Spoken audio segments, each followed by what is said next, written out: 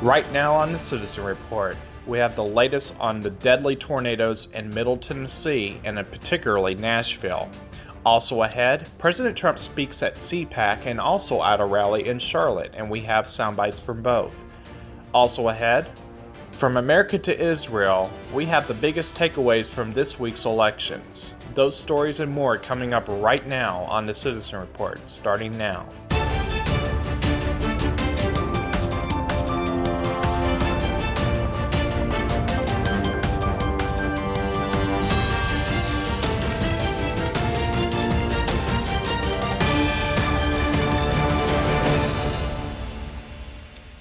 And welcome to the Citizen Report. I'm Jonathan Shannon. And I'm David Heller. And thank you for joining us tonight. This newscast is real, in-depth American. So glad you can join us. And I'm so glad to have David back after a bit of an absence. And I'm sure the audience is glad to have you back as well. And hope you're ready to have some fun and get into some of these headlines with me today. And are you ready to get going? I'm ready. Alrighty, sounds good. So we do begin with that breaking news from Middle Tennessee, where according to WVLT, at least 25 people are dead after tornadoes swept through Middle Tennessee on the morning of March 3rd. That's a direct quote from WVLT.tv. Also in that article, this is also an exact quote. The National Weather Service, NWS, said one EF4 tornado swept through Davidson, Wilson, and Smith counties. It was on the ground for 60.13 miles, unquote. So, David, that right there is pretty significant because you don't have tornadoes usually on the ground for that long, for that far of a distance. And I understand you have some more information you can pass along to the viewers. And go ahead and relay to us what you know. Right. So the reports are now that from that Nashville, Mount Juliet, Lebanon tornado that Jonathan mentioned, the death toll from that whole tornado has gone up to 6 now. 6 fatalities now. In Nashville proper. Right. Well, 2 of them are from Nashville proper, and all the others are from areas east of Nashville. Gotcha. I want to make that perfectly clear that from the whole tornado together, there's a total of six fatalities. 2 of them are from Nashville proper, and the other deaths are obviously in areas around Mount Juliet and areas east of Nashville, and then of course the other EF4, the one that's sent out in Putnam County, Tennessee, which is about 100 miles or so west of Knoxville, Tennessee. It's obviously a sad duty to report as well that several children passed away from those tornadoes in Putnam County, and there were a total of 18 deaths from those tornadoes that struck Putnam County, Tennessee. And just to clarify to viewers, in case of those who are not particularly familiar with that area, Putnam County is where Cookeville is, which is more or less halfway from Nashville to Knoxville. Correct.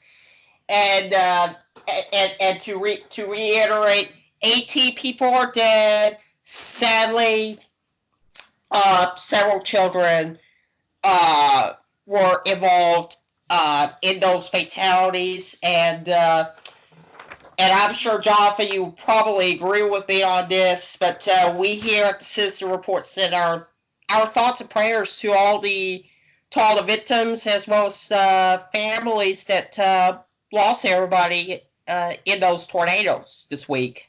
Absolutely. I mean, I can personally say that basically my family comes from Middle Tennessee, more or less, and obviously this kind of hits close to home because obviously Nashville is kind of like it's kind of like my it's where my ancestors are from. Well, I should say Middle Tennessee at large, but obviously this is a historic storm, and I was telling you, David, off the air, I think last night. I don't think it can be ruled out that this can be compared possibly to the Moore, Oklahoma tornado, especially 2013, because you've seen just massive damage. And here's the difference. That happened during the daytime. You had news choppers up in the air. You had crews on the ground that were able to record this in real time. And when you have these tornadoes at night, it's both more dangerous and it's harder for news crews to both tell you for sure that there's a tornado on the ground, and that's why ground truth, as they say, is so vitally important. And it just goes to show these nighttime tornadoes, you have to treat them with even more seriousness than a daytime tornado, because you just don't know. You have to presume anything that's tornado warned is a tornado. And unfortunately, in this case, it's my understanding that at least at times radar was actually picking up something called a debris ball. That means that there's so much debris aloft in the air that debris is actually sending returns back to the radar site for the National Weather Service. And it shows up as this little blob that basically shows that there's debris in the air. And that's exactly what was going on with this tornado. It's just a tragic situation. And obviously, Nashville is pretty resilient. They will bounce back from this, but it's just so tragic when even one person loses their life. But to see this many people lose their lives, and that for a number of days, there were so many people that were missing or unaccounted for. It's just all around tragic. And obviously, as David said, our prayers are with those in Middle Tennessee and, of course, Nashville proper. Right, and especially with most of the fatalities, by the way, being in Putnam County, Tennessee as well, near the Cookeville area as well. I mean, and it goes to show again, because that's kind of my little bit of an extension of my backyard, because there have been times I've met up with my family. You know, we kind of meet halfway. When I lived in the Knoxville area, we would kind of meet halfway in Cookeville, you know, at the Golden Corral there. So I know exactly that area, and it just obviously hits me on a personal level a little bit to see this happen. And as I've said, they will bounce back from this. The good people of Tennessee will bounce back, but obviously America will be obviously lending its support to the good people of Tennessee to help bounce back from this. And just to kind of add a little bit to what we've said, it's my understanding that President Trump has actually toured some of the hardest hit areas earlier today. We're recording this on Friday of this week. And obviously that goes to show how serious this all was for the president himself to also be touring something like this. Because something like this you might expect to hear, like obviously in the wake of a major hurricane, the president might go tour that. But to see a tornado where the president comes out to tour that area, that goes to show how bad this tornado really was. Mm-hmm. And I know earlier you referenced the Moore tornado, like that Moore tornado. Sadly, we had children that lost their lives in this, especially in that Putnam County tornado. And that was from the same storm that started out around the West Tennessee area, produced a couple smaller tornadoes early on that evening west of Nashville. Mm-hmm. And then, obviously, as it got closer and closer to Nashville, that was when it started to produce the larger tornado. And in fact, I also forgot to mention that WTVF, the CBS affiliate for Nashville, Tennessee, lost their helicopter in this. I didn't know that.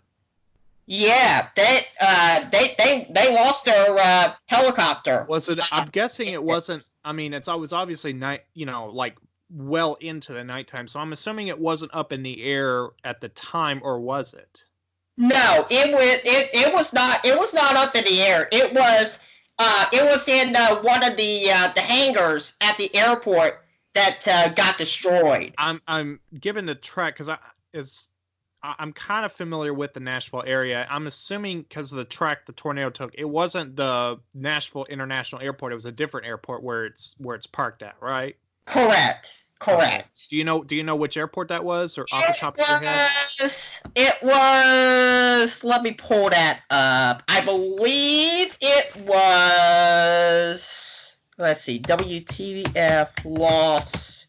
Well, while you're looking that up, let me just say this: that I do know there's obviously airports that are right along that path, so that might be one of the that might have been where it was. Obviously, again, to clarify, this is not the big airport where we obviously have passengers. This is one of the smaller airports. Correct. It was one of the smaller airports in the greater Nashville area. I believe it was called the John C. something airport. Okay. Well, but obviously the viewers can appreciate this wasn't the big enchilada airport of the Nashville area, but this is one of those other airports where you might have more executive type of stuff going on, private planes, stuff like that. So correct. Yeah, that's unfortunate. I do hope that their parent company Scripps will get them back on their feet and having a chopper, because that definitely helps a lot with news coverage in general to have a chopper of their own. So hopefully Scripps will help them out bouncing back from that. So right. And just to clarify, Scripps is the one that owns WTVF News Channel 5. Right, and actually, let's show viewers this. This is some footage taken at WTVF Studios, which, if you're familiar at all with the area, it is basically on the edge of downtown Nashville, more or less. And this, and before I show this to everyone, let me just say this reminds me a lot of the 1998 tornado. And of course, those at all familiar with Nashville will, of course, remember the 1998 tornado, where that basically came more or less into downtown as well. And this tornado skirted just outside of the downtown area of Nashville.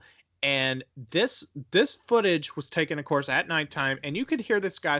And this guy, if I'm not mistaken, was on the air. At least his mic was up on the air, and they were. This guy started to lose his composure a little bit, and to be honest, I probably would too. Once you start seeing power flashes like these blue flashes, that basically tells you, as I'm sure you can say, David, that that basically tells you it's most likely a tornado. And this guy realizes he's staring at a tornado, and let's go and show the viewers this right now. Power flash right there. The tornado is coming. All right, Dan. There it is. Go inside. No. Get inside, folks. This is moving by the Channel 5 area as we speak. This is moving by News Channel 5. Dan, are you getting this right now? Good. All right, folks, you need to head to your safe place. This tornado is on the ground. It is moving right by Channel 5 as we are getting close to a direct hit at the TV station. If you can still hear me, that is a tornado. Power flashes around First Tennessee Park right now. This is live view 2 as this moves through the parking lot of Channel 5. This is a direct hit. This is the inside of the tornado right now. If you are with Dan Blummel and I, this is the tornado. It is hitting Channel 5 as we speak. Right now, tornado on the ground. It is hitting Channel 5. It is hitting our TV station at this time, moving through our parking lot as it is now sliding through the area. A very large tornado that was moving through the area, very wide tornado. And obviously that, I mean, let's reiterate, this was not a small tornado. This was an EF4 tornado, and there's only one more level on that chart, EF5. That's it above EF4. And there have been those who made the case there should be something above an EF5 for like the El Reno, Oklahoma tornado in 2013. But my point being is that as it's currently measured, EF4, there's only one above that. And, that just goes to show this tornado was highly, highly dangerous. I mean, on a colossal scale.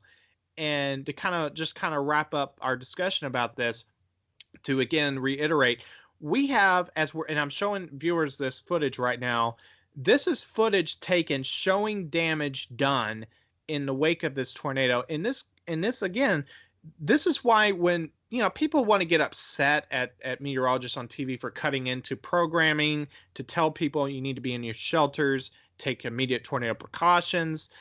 This is why that meteorologists do coverage like this. This is why they tell you to take cover, because this kind of damage is what can happen when you have a tornado touch down. This is why it is vitally important when you're told to take shelter. You need to do the best you can to put as many walls between you and the outside as possible to get as low as you can. And obviously, if you're in a mobile home, to get out of that if you can and go to something that's sturdy, like a actual building with a foundation, preferably. And it's just a tragic situation, and we'll be following this story as it develops, as the recovery takes place. And I do believe, I have every confidence that Nashville will bounce back better from this. But right now they need our help, they need our prayers, and certainly we can all lend them our prayers. So, David, is there any final thoughts you wanted to add about this tornado? I want to mention this too about WTBF as well. Their facility, same one, was actually hit by that 1998 tornado that you referenced. And in that tornado, it actually knocked WTBF off the air because of that. Well, actually, David, if I recall right, the Weather Channel many years back did a episode of Storm Stories where they actually showed how what is his name? His name I think is Ron Howes, maybe. Ron Howes. He's Ron Howes. He's now retired, bless him. But he is one of those classic meteorologists. He just he's just a legend in that market. And he, along with and I forget his name, but he was another kind of Clark. There you go. Say that name again. Chris Clark. Okay, Chris Clark. So Chris Clark and Ron Howes, they actually left WTBF. This is something that viewers might not know who aren't as familiar with the 98 tornado. They actually had to leave WTBF studios, go to their transmitter to reestablish something, to get out on the airwaves. And at first, if I remember right, they actually weren't able to. They were able to put out a video signal, if you know what I mean. Like they had a camera set up directly to output via the transmitter instead of, let me say this, because I'm jumping ahead here. But normally at a TV station, not always, but in a case like WTVF, you have a TV studio that has a small transmitter that's linked to the big transmitter, and that big transmitter is what actually goes out to the TVs at home and elsewhere for you to watch. And they actually had to leave, as I said, WTVS studios to go to their transmitter, which is at a separate site, to actually get back on the air. And when they first got back on the air, and again, this is in 98, they weren't able to put out sound, but they were able to write something on a piece of paper and show it to the camera. And I mean, that was just pretty incredible, pretty incredible in the wake of this tornado in 98 for them to be able to get back on the air. But they had to do that kind of drastic measure to get back on the air, to warn, continue passing life-saving information to viewers of Channel 5. Mm-hmm. And it was similar to also a couple months later in 1998, where my local ABC affiliate, KOCO, ironically enough, Channel 5 in Oklahoma City, they too got hit by a tornado, although that particular tornado wasn't quite as strong as the one that hit Nashville and WTBF, but still, they had damage at their facility. Their radar got damaged in this. And like WTBF, KOCO got knocked off the air as well for a brief time.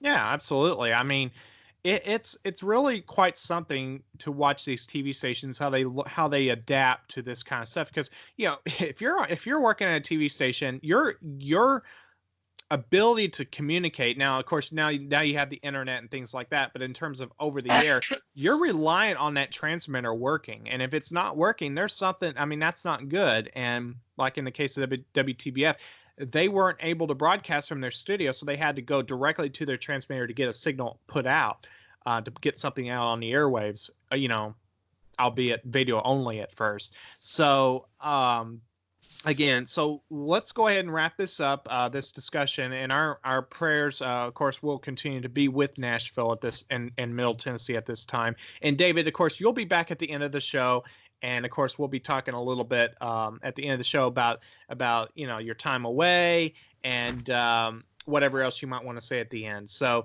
David, thanks for being back on here, and we will see you again just a little bit later in our newscast. All righty. Sounds good. And we continue our coverage now of the Nashville tornado. Take a look at this footage where you can clearly see what appears to be a tornado in the area. Now, this video appears to be from the Nashville area, and it was taken this week. Some shocking footage there, to say the least.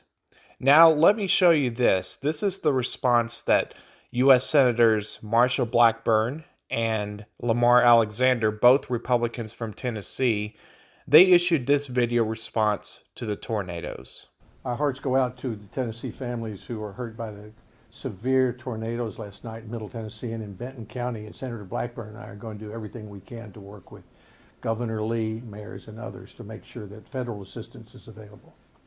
We've been in touch with mayors from Benton to Putnam County this morning. We are concerned about what is happening in those counties. We know the need for resources for cleanup are going to be paramount, and we really are prayerful for all of these families who have been so adversely impacted and for the loss of life. Just know we're going to continue to be in touch with the congressional delegation, with the governor's office, and with the leadership team there to be certain that needs are met.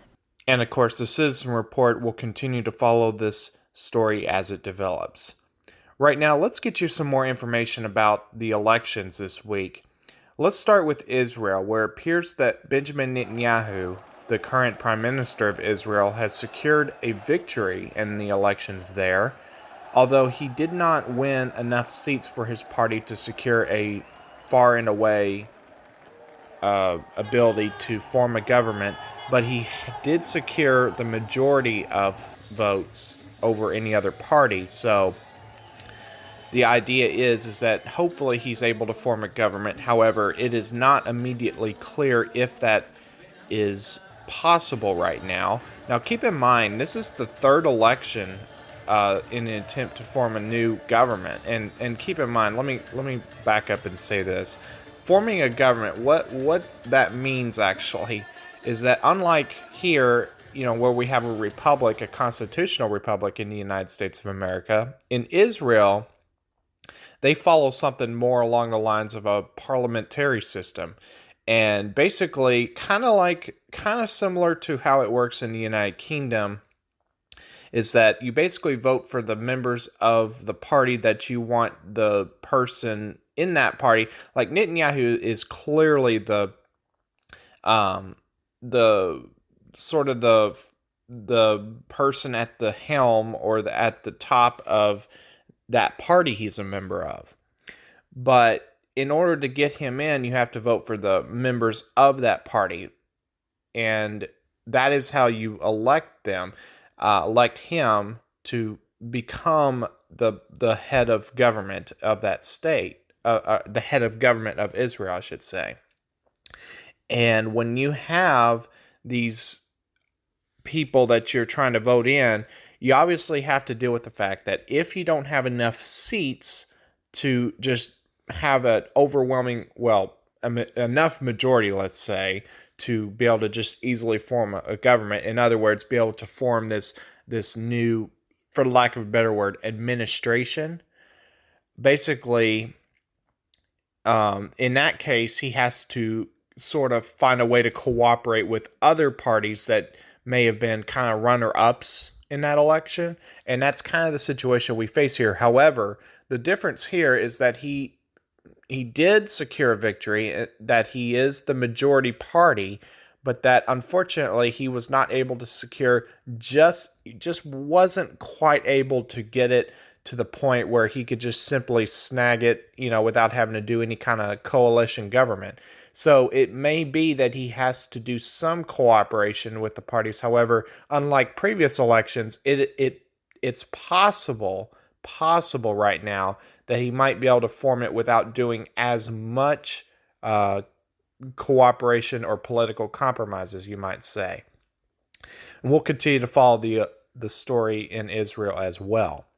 Now, coming back stateside, we got some big time news here because a lot of changes have happened in elections. Now, right now we're going to the primary season, obviously, on the Democrat side, as the case in with us here in the Republican Party. Now, basically, the Democrat Party is kind of in an identity crisis of sorts right now. It's basically come down to two candidates. You've had all these other candidates, all these other people saying, we will defeat Trump, and we will do this, we will do that. And in reality,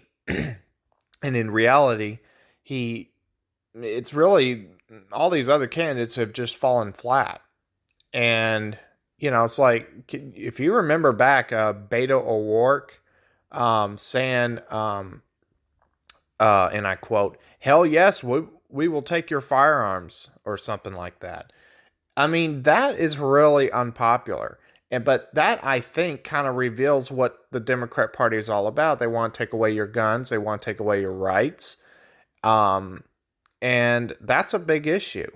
And even though now we seem to starting to see kind of where things are going with this primary election, because we're really down to two candidates. At last check, and I'll have to verify this later, but at last check, Tulsi Gabbard was officially still in the campaigning. But, I mean, she has no chance. There's no way she can get it at this point.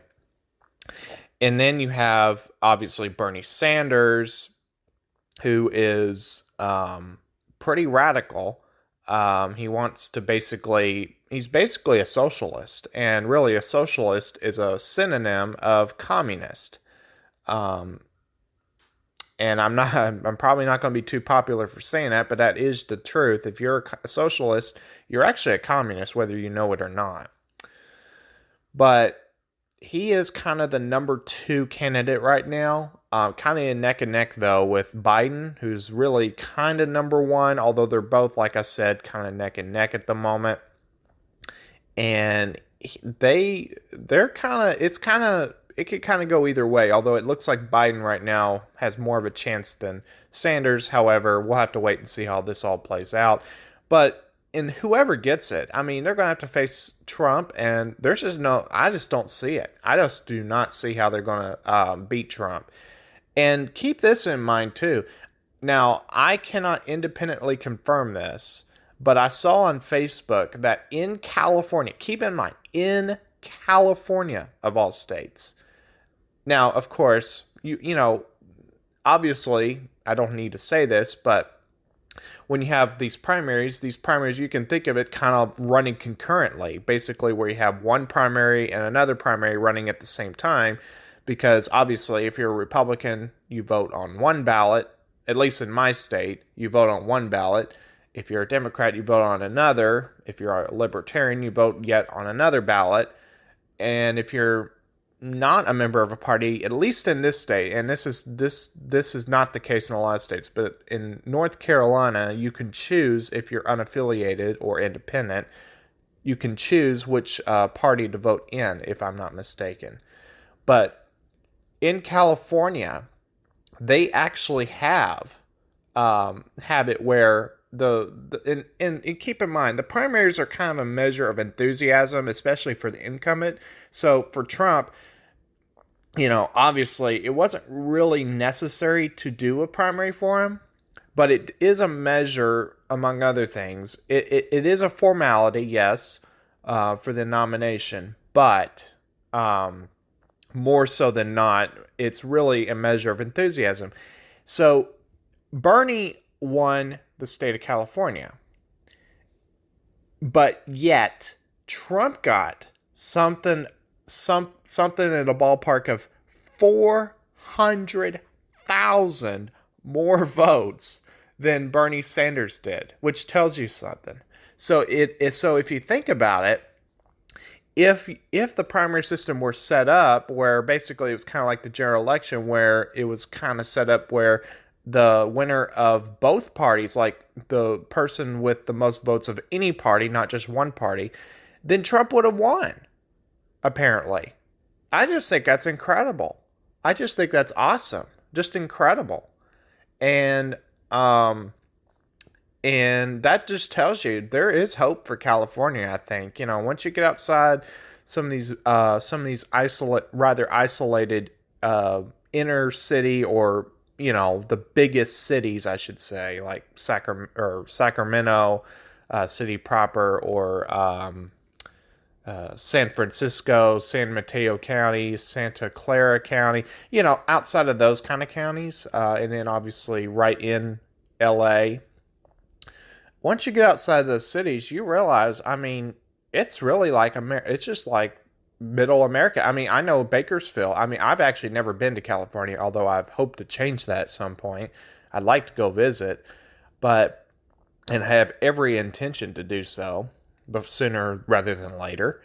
But Bakersfield, my understanding is, it's really like, it's just like any other American city. It's just a lot of patriotic people there. And, Bakersfield, of course, is in Kern County, which is kind of to the north of Los Angeles. And, up towards, Tulare or Fresno area, somewhere up in that region, somewhere. There's the district where, of course, you have one of the leading Republicans in the House, Devin Nunes. So that just goes to show you, California, once you get outside San Francisco, right in the middle of Sacramento, and right in the middle of Los Angeles, and some of these other relatively isolated areas, and by isolated, I don't mean rural, I mean like, yes, they're highly populated, but, comparatively, geographically speaking, they're not that big compared to the rest of California. Once you get out of those areas, California is really just, a nice state. And it's kind of unfortunate to see what the Democrats have been doing lately in that state. How ridiculous. Just the other day, I saw that they're going to try to push a bill through that would basically outlaw in stores with more than 500 employees, basically segregation of toys by gender. So basically, and by the way, what is wrong with letting boys be boys and girls be girls? I'm just amazed as you are. It's such a shame, but let's hope that good prevails and that doesn't get passed. But, there's what I would say a minority of laws in California that aren't laws in other states that I actually do like. For instance, they have product safety laws. They have, they actually codify in a statute a common law right for someone to change their name. Things like that I do appreciate, but obviously the majority, perhaps, or at least certainly a large faction of their laws that are being passed to protect illegal, citizens of other countries who have an illegal presence in this country, we'll say. California has got a major issue, and it's my hope that the good patriots of that state will rise up and vote these people out and restore California to, being a good example for the rest of the union. But we'll have to see how this all plays out. And I do think there's hope for California, and I'll just say this before getting off that subject. I think that California, here's the thing. If you don't follow Dave Hodges, who hosts the Common Sense Show, I think he's in Arizona, but he has a YouTube channel, fairly significant YouTube presence and fairly significant online presence at large. He recently appeared on InfoWars. He's kind of out there, kind of shining light on the fact that you've got, this movement that's coming about called the state of New California, where basically outside and outside of right in the middle of Sacramento, outside of San Francisco, I'm trying to remember off the top of my head here, and right outside of Los Angeles, not even including the this movement apparently even includes the rural parts of Sacramento and especially Los Angeles counties. There's those that want to form a new state from California called State of New California. And, there's a lot of uncertainty with that as to what kind of form this state would take, but it's becoming obviously clear that there's a real chance that this could happen, especially if the Republicans take back the U.S. House in the this fall. And I just think it's incredible to watch this, and I just say, the best of, I wish them well in that endeavor, because it is a perfectly constitutional process. If you want, just think of West Virginia. They didn't want to secede with Virginia in the Civil War, so they basically broke off from Virginia and became the state of West Virginia. And that's kind of what we're seeing happen here with the state of New California with respect to all these laws. Like, for instance, they try to impose restrictions on independent journalism. I mean, how ridiculous is that? And, it's a complete violation of the freedom of the press, complete violation of the First Amendment, complete violation of the very virtue of the Declaration of Independence and the Constitution, respectively. And hopefully, it'd be nice to see this happen in the state of New California. Of course, in the distant past, we also had movements like the state of Jefferson, if you might recall, from like the northern part of California, roughly, and the southern part of Oregon, if I recall right. But we'll have to see how this plays out, but it'll be interesting to watch. And they just held, apparently, a convention of sorts. I want to say it was San Luis Obispo. That's a city or area, the city and county in California. And I believe it was in that area that they just held a convention for this movement, for the new state, for this state of New California that they want to bring into reality. Right now, obviously, it's not yet a reality, but, there's a process, and, we'll have to see how this plays out.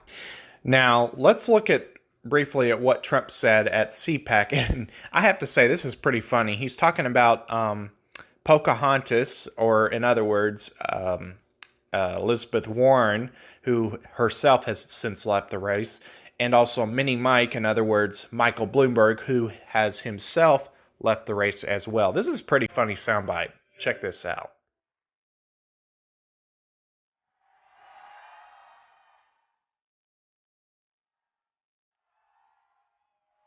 She was really mean to Minnie Mike. I'll tell you, the way she treated her. He didn't know what hit him. He's going, oh, get me off of this stage. Get me off. Get me off of this stage. I wasn't kidding. That's pretty funny, right? But now let's look at a brief soundbite as well from President Trump at a rally here in Charlotte a few days ago.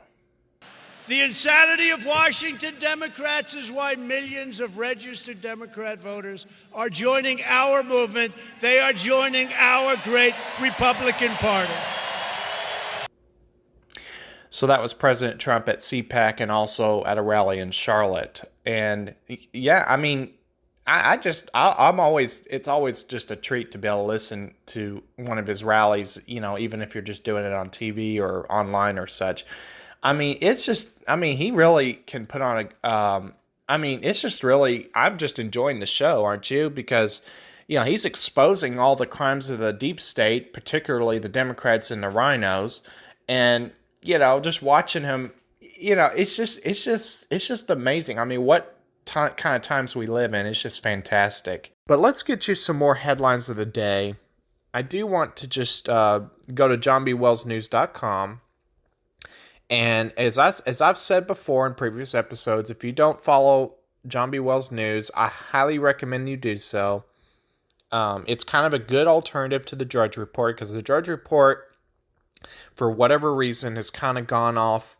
They've kind of gone, kind of listing to the left of sorts. And I don't get I don't get paid to say this. I just believe that this is a good website. I just think that this is a great website, and I encourage you to also go to that website. Again, it's John B, the letter B, wellsnews.com. So here's some of the headlines from that site. From Big League Politics. Justin Amash tells CNN that he is once again considering a presidential run as a libertarian. Yeah, I don't think that's going to go very far, personally. From True Pundit. Top FBI spilled disturbing beans on massive Clinton crime cartel. How much tax money did Bill and Hillary steal, and where did it all go? ? It's getting interesting, folks, about the Clintons. I'll just say that. Washington Free Beacon has this headline. Virginia gun sales surge as Dems pass gun control. This is so ridiculous about the Democrats. They want to restrict your right to bear arms, and it's a perfectly inherent birthright. God makes it very clear in the Bible. You have a right to defend yourself, and obviously, the right to bear arms, the right to keep and bear arms, it shall not be infringed. That is what the Constitution says, and yet, it's kind of one of those rights that. It doesn't matter what any government says. You have the right anyway to defend yourself. It just, you have among these rights the right to life, liberty, pursuit of happiness. And, anything that's against life, then you have a right to restore, the state of life, if I may put it in those terms. Like if somebody's threatening your life, you have the right to protect your own life, or you have the right to protect the life of someone else if their life is being threatened, if somebody's trying to, kill them or something. And, these Democrats that say, oh, we only want to ban these big guns like, semi-automatic. Well, what's to say that won't happen down the road with handguns? The answer that it's like trying to boil a frog, but doing it slowly. That's what the Democrats are trying to do. But they're so panicked right now, because they know that the Americans are waking up and they're taking back their country, that they're having to kind of ramp it up and get it going faster. What they wanted to do with, taking away your rights and such. All right, moving on here. From Breitbart, GOP senators move to censure Chuck Schumer for threatening justices. From, I think that says TNS, Trump vows to bring up Hunter Biden all the time if Daddy Joe becomes Dem nominee. As I said, folks, I don't think Joe Biden has any real chance at the White House. I just don't. I think the Democrats actually know it too. And I'm kind of like Dave at the X22 report, that I still think that they've got somebody waiting in the wings. That might be Michelle Obama. That might be Hillary herself. But I think that all this is a show right now in the Democrat Party, and I think ultimately they'll swap them out at some point. But we'll have to see how this all plays out. From Breitbart, inside the 72 hours establishment Dems took from Bernie and gave to Biden. From The Federalist, Hemingway, if Bloomberg couldn't buy 2020, how did Russia buy 2016? ? Yeah, and I just say, this whole Russian thing is such a hoax. I mean, everybody knows it now. It's ridiculous. From Caitlin Johnstone, calling it a stutter, here are dozens of examples of Biden's dementia symptoms. From Liberty Headlines, apropos of nothing, Tlaib tells pro-lifers, you know what, I'm not going to read that one. That's just... you know what? If you want to know what she said, just Google it. I mean, how ridiculous. Another headline. Elizabeth Warren officially drops out, remains silent on endorsement. Next headline. Why are conservatives throwing Michelle Malkin under the bus? ? Second Amendment activists would be wise to not dismiss Michelle Malkin's immigration discussions. Senate approves $8.3 billion emergency coronavirus package, sending bill to Trump. Virginia gun control measures head to governor's desk after passing assembly. Well, folks, let me just add one more thing, what I said earlier. Any law that says, I'll need to research this, but I believe there is a law in the books on a federal level that says any law that basically restricts the Second Amendment is null and void. I don't know how that's articulated, but I believe there is a law somewhere to say that. Kind of surprising that Democrats haven't kind of clawed their way at trying to repeal that. But if there is such a law, well, first of all, there's no need for that law because the Constitution trumps any law that's inconsistent with it. And, as far as I'm concerned, any bill that tries to restrict the Second Amendment is null and void to begin with. It just is. It just is because the Constitution, obviously is the supreme law of this country. Then you have the statutes underneath that, and if those statutes conflict, then if they differ, then the Constitution obviously takes priority. The coronavirus is a false flag. The virus is real, man-made. We have been deceived. Wouldn't doubt that a bit.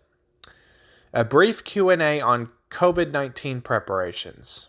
Alert: pandemic projection models shows 2.16 million deaths in USA by July 4th if nothing is done to halt nearly all domestic travel, air, rail, and roads. Now, I don't know about that one. I think that's a little bit fear-mongering by the mainstream media or whoever it was, because, look, let me say this.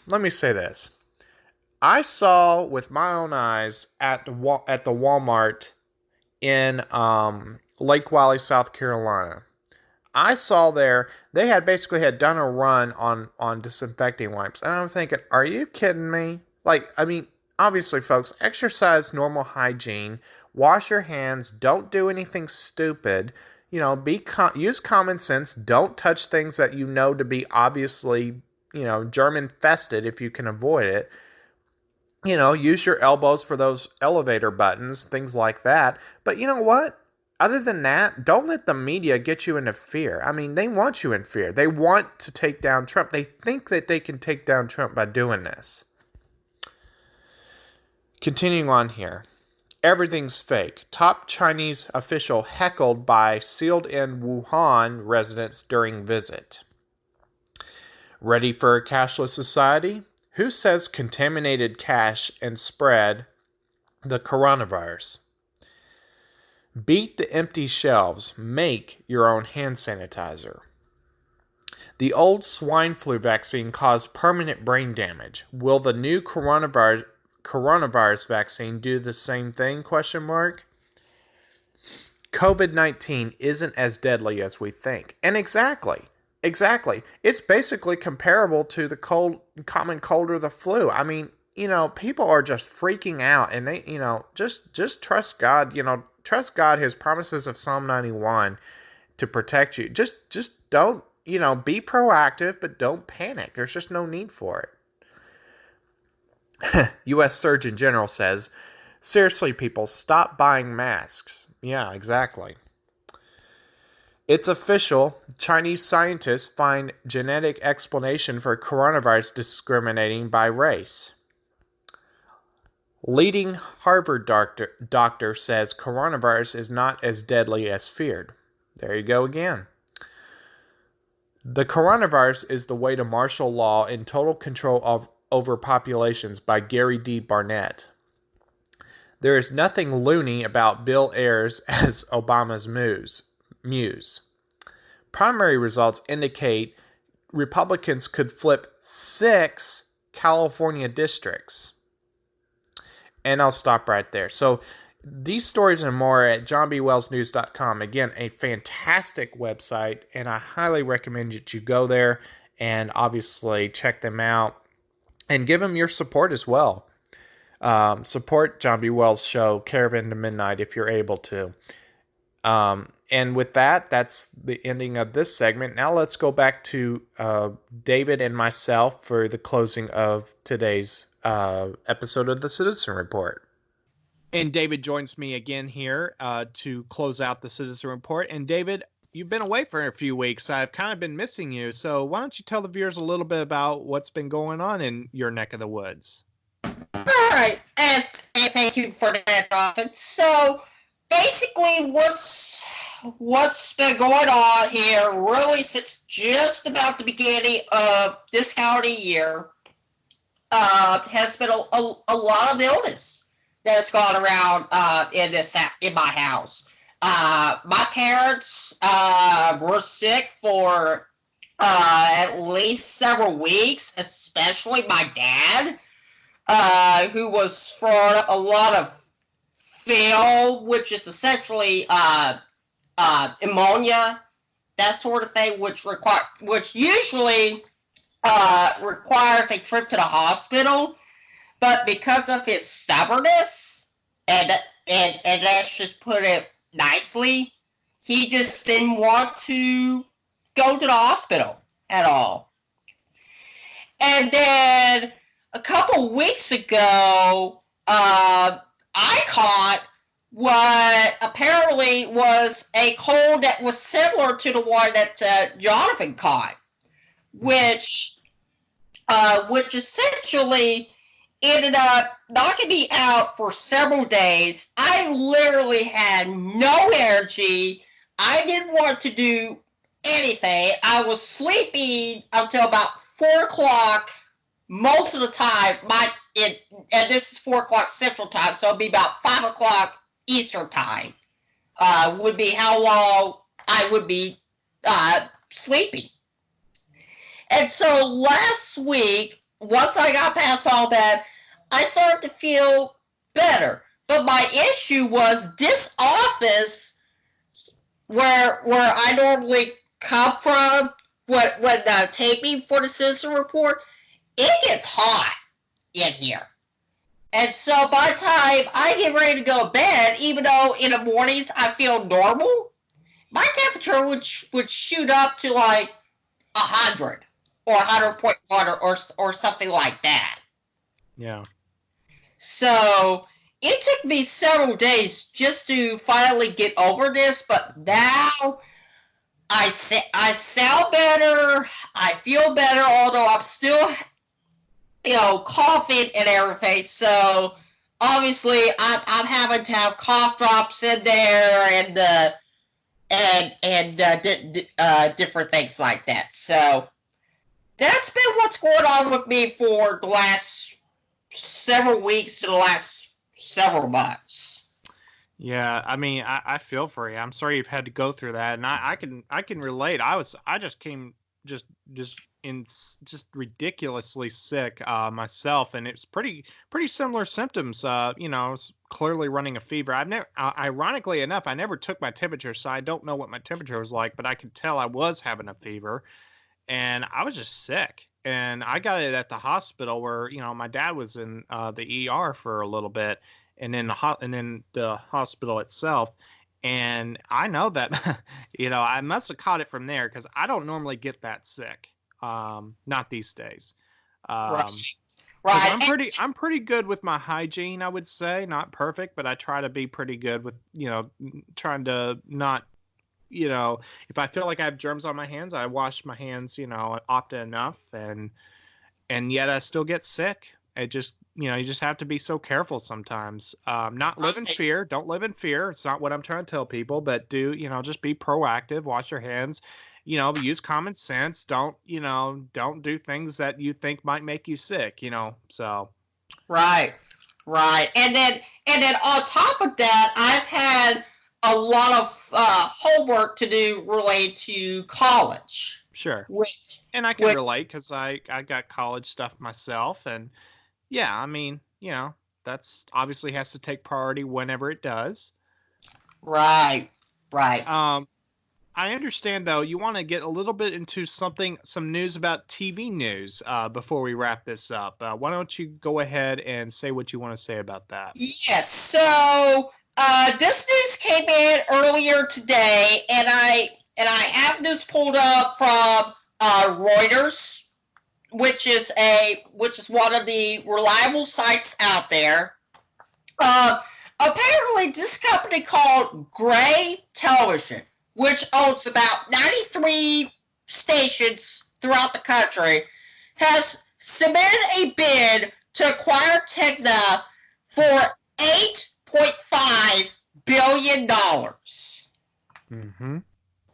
to purchase about 62 television stations, including most notably stations like WFAA in Dallas, Fort Worth, WNEP in Scranton, Wilkes-Barre, Pennsylvania, WUSA in Washington, D.C., and many more different stations. And now there was also another report that came out as of this recording that Apollo, which owns Cox Media Group, has submitted a bid as well for an all-cash bid, might I say, to purchase Tegna. So this is a very fluid situation here. I'm sure many people throughout newsrooms and stations that are owned by Tegna are celebrating the news that eventually Tegna is going to get sold, but right now we don't know who the buyer is going to be. We will keep you posted as much as we can about the situation with Tegna. Well, I'll just say this, that Tegna hasn't exactly been popular for its shall we say, to put it kind of politically correct, and I'm not politically correct, but I guess in this one way I'll be politically correct to say that they've been kind of quote unquote revolutionary, if you want to use that term, in terms of how they present newscasts on its stations. But I'm just going to be honest, I have not been impressed with the way they have kind of taken the seriousness out of newscasts in so many cases and try to go hyper what's the word I'm looking for, silly, or just not putting out content that's social media style newscast. Yeah, exactly, there you go, that's what I'm looking for, like social media stuff. And look, if I want social media stuff, I'm going to go on Facebook, Twitter, Instagram, etc. I'm not looking for that on the air. If I'm turning on the TV, I got to parse out the bias to begin with, but outside of that concern, I obviously have to worry about,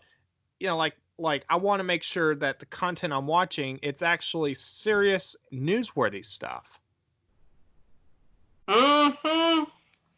Exactly. And I'll say this, it all started at the end of last year where Sue Kim, who runs Standard General, which is another company that owns how many stations do they own? That's the one that used to run Media General before it was. Right, it's kind of 2016. Right, it comes back to me now. It's kind of like a meeting of former Media General types, kind of coming back together with this new company a little bit, and yeah, I'm very hopeful, because it'd be nice to have kind of these stations, like these big classic stations like WFAA and other stations, that kind of return to their greatness that they once were. At least the hope is there for that. Exactly. And also there's still hope out there for stations like WBNS, aka 10 TV, and WTHR as well. Yeah. And as of this recording, they still have not switched to the Tegna standardization type stuff. What like for those who aren't familiar with that, that's basically like graphics and music on the air, which I'll personally say the graphics isn't the best, but not completely the worst. But the music, and that's just for the graphics package in general, not necessarily implementation, which could be great or not so great, depending on which station you're talking about. But the music, I don't even call it music. I call it noise. That's the kind of stuff that's gotten Tegna into a lot of controversy, and in my opinion, if I may state, rightly so. Exactly. That whole ooh ah kind of nonsense is I hear you. All right, well, we'll keep viewers apprised of that on any major developments. David, it's been, like I said, it's been great having you back. Hope you can join us again, obviously more often. Of course, obviously, there'll be times you won't be here, but I do appreciate you being back on today, and it's great having you back, obviously. And I'd like to thank the viewers for tuning in to the Citizen Report. I'd like to just take time to remind you that we do have a website, and that website is thecitizenreport.weebly. That's WEE2ESBLY.com. And there you can catch up on our podcasts there and get to know us a little bit with our biographies on that site. And if you want to submit a news idea, or if you would like to be on the podcast, that is one way you can do it, by going to the contact page of that website.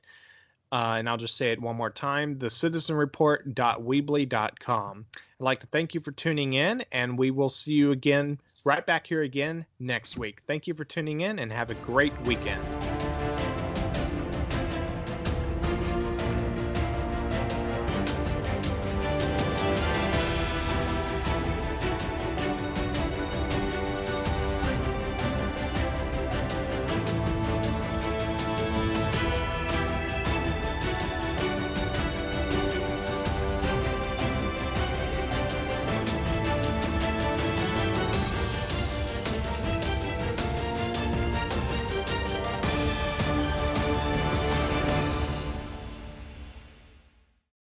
The Citizen Report is a production of New Shannon Media. All content protected under copyright.